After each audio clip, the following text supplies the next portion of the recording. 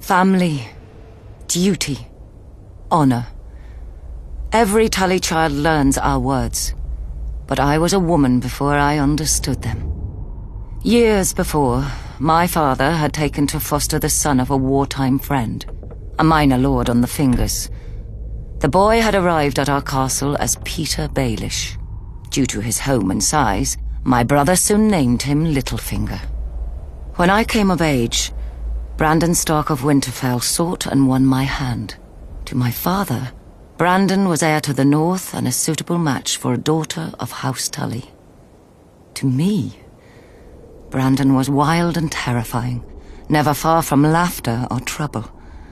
I loved him with all the fire of a first passion, much I came to realize as Peter loved me.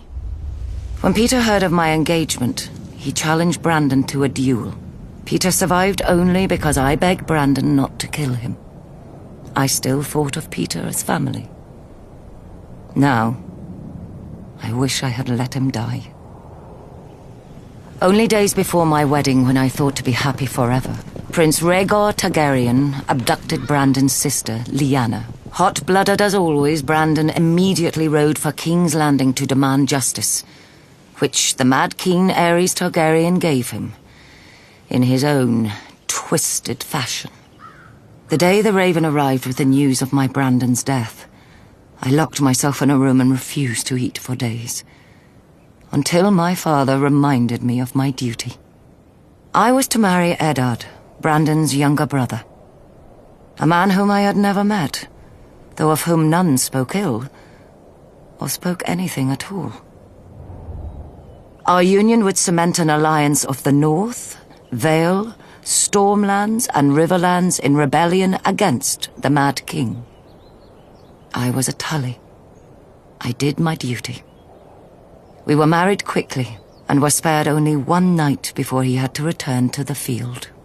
I spent the war by the windows waiting for a raven to hear if my son would grow up fatherless or at all. We knew the price of defeat. I scoured the kitchens and washing rooms for any and all gossip.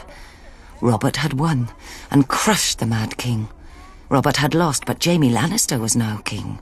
Robert had almost won, but the Mad King had become a dragon and burned King's Landing to ash. At night, I told myself the war would end soon and bring peace. Either a victory or the grave. I was wrong. Robert won, and my husband avenged his brother and my love. But when he came home to me, he could not meet my eyes. I saw the reason by his side. Many men have bastards, I know, and under the strain of war, any man, no matter how honorable, may forsake his vows for a night of warmth that he may never know again. But Ned Stark was not built like other men. His northern honor would not let him sequester his shame in some distant holdfast. He brought this boy, this Jon Snow, home to raise with his true-born children. My children.